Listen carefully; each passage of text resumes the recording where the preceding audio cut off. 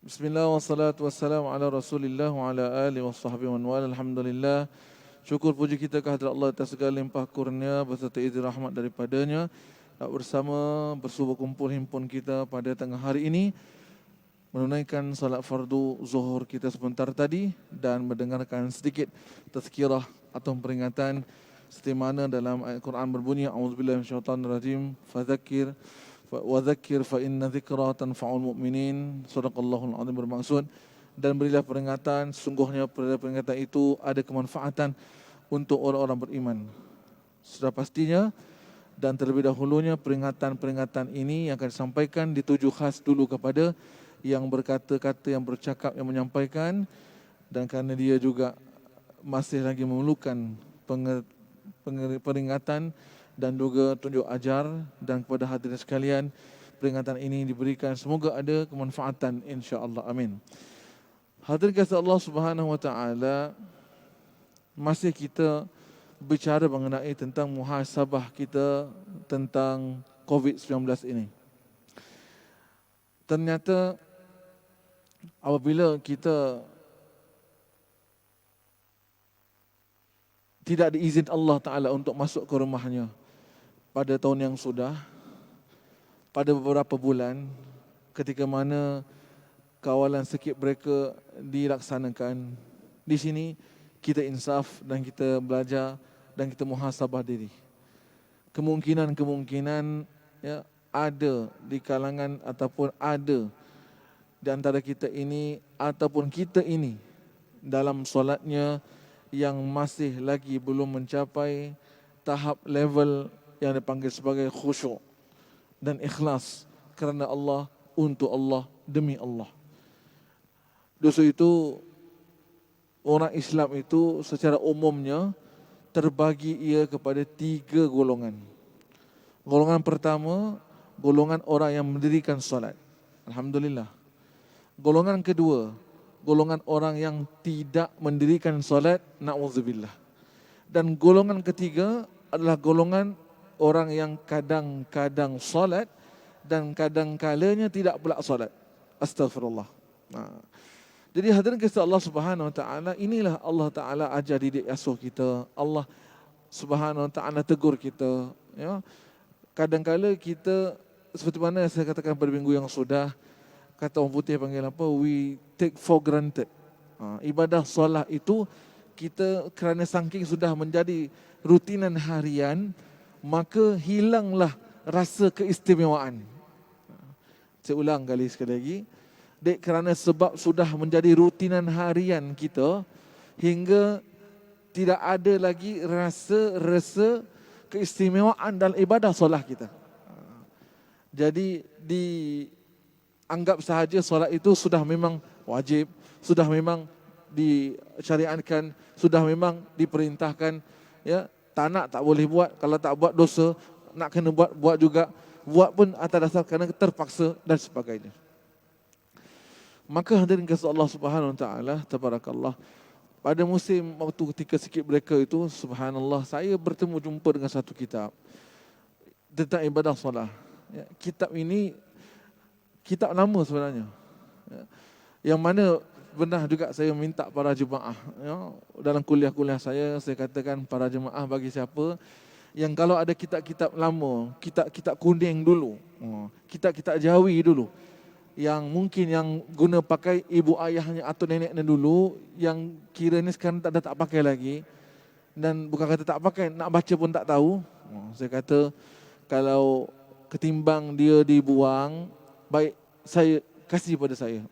Jadi alhamdulillah ramai yang kasih, alhamdulillah, sampai hingga sudah berkotak-kotak ada, masya-Allah. Saya simpan sikit-sikit pelan-pelan kerana dibuang sayang. Alhamdulillah, kitab-kitab kuning ini, kitab-kitab turas ini adalah bagi saya mutiara-mutiara, intan permata, harta pusaka yang diwariskan daripada keturunan-keturunan dulu lama kita. Tapi sayanglah, ya, kitab-kitab ini datuk nenek moyang kita baca, mak bapak lama dulu kita, orang dulu-dulu kita, leluhur kita, sesepuh kita baca. Tapi sampai pada kita, sampai pada anak kita, sampai pada cucu kita, kitab itu seolah seperti, maaf kata, semak saja. Di ruang tamu di dalam almari, kita rasa semak kitab-kitab ni. Tak baca pun tak baca, guna pun tak tahu nak guna. Jadi elok dibuang saja. Masya Allah, banyak ya, banyak. Jadi saya minta lah. Jadi bila saya minta, dah banyak menimbun, Alhamdulillah. Jadi satu hari itu sikit mereka tak keluar. Jadi satu-satulah saya belik. Terjumpa satu kitab ini. Kitab solat, tebal kitab ini, Masya Allah. Menghuraikan ya, hikmah dalam solat. Allahu Akbar. Allahu Akbar. Sebab itu hadirin sekalian, ada kata mengatakan, bagi kita sampah, bagi orang lain merupakan satu anugerah. Ya. Di rumah kita, biasa kita buang sampah. Bagi kita, kita tak pakai lagi. Kita tak guna lagi, kita buang. Kita ingat ia sampah. Tetapi dalam kita buang sampah itu, ada orang yang datang, korek-korek sampah, tempat sampah. Terjumpa barang kita buang, bagi kita sampah, bagi mereka satu anugerah. Subhanallah. Bagi kita sampah, bagi mereka satu peluang rezeki Allah. Subhanallah. Jadi begitu terjadi pada diri saya. Orang nak buang, dan mereka rasakan semak tak guna, tapi Allahu Akbar, Allah kejumpakan kita mengenai tentang ibadah solat. Dalam kitab itu, apa yang saya katakan, menghuraikan dan memberitahu kita bahawasanya umat Islam secara umum terbagi kepada 3. Yang saya katakan sebentar awal tadi. Yang pertama, yang mendirikan solat. Sekali lagi saya ulang. Yang kedua, tidak mendirikan solat. Dan yang ketiga, ada kadang-kala solat dan kadang-kala tidak solat. Golongan pertama, yang mendirikan solat. Mungkin kita kata, Ustaz, orang dah solat, apa lagi nak kita cakapkan? Apa naklah lagi kita huraikan? Apa nak kita bincangkan? Dah ada solat, dah baguslah, sudahlah. Naam. Namun demikian, hadirin rahimakumullah, sedar tak sedar kita, tahu tak tahu kita, terkadang kala kita dipamerkan, dipertontonkan Allah Subhanahu Wa Taala, dipernampak-lihatkan Allah Subhanahu Wa Taala, manusia itu, hamba Allah itu, umat Islam itu mendirikan solat dengan berbagai macam cara solatnya. Allah. Dengan berbagai macam cara solatnya. Yang kadang-kala solatnya itu apa yang difaham sahaja. Solatnya itu apa yang diketahui sahaja. Maka dalam kitab tersebut, golongan pertama, golongan orang yang solat itu diberi contoh apakah permasalahan-permasalahan bagi orang yang mendirikan solat. Ada 10. Ada 10 permasalahan berkaitan hubung dengan orang yang mendirikan solat. Nah, maka dikatakan juga bahawa orang yang mendirikan solat perlu diberikan penawar supaya elok baik solatnya. Orang yang tidak mendirikan solat, na'udzubillah, perlu diberikan obat ataupun injeksi, ataupun dipanggil sebagai, kita katakan kalau sekarang ini dipanggil vaksin. Vaksin yang buatkan orang itu supaya dia solat. Hingga sampai begitu sekali, hadirin rahimakumullah. Nah, berbalik kita pada orang yang mendirikan solat, golongan pertama, dan permasalahan berkaitan dengan mereka yang pertama.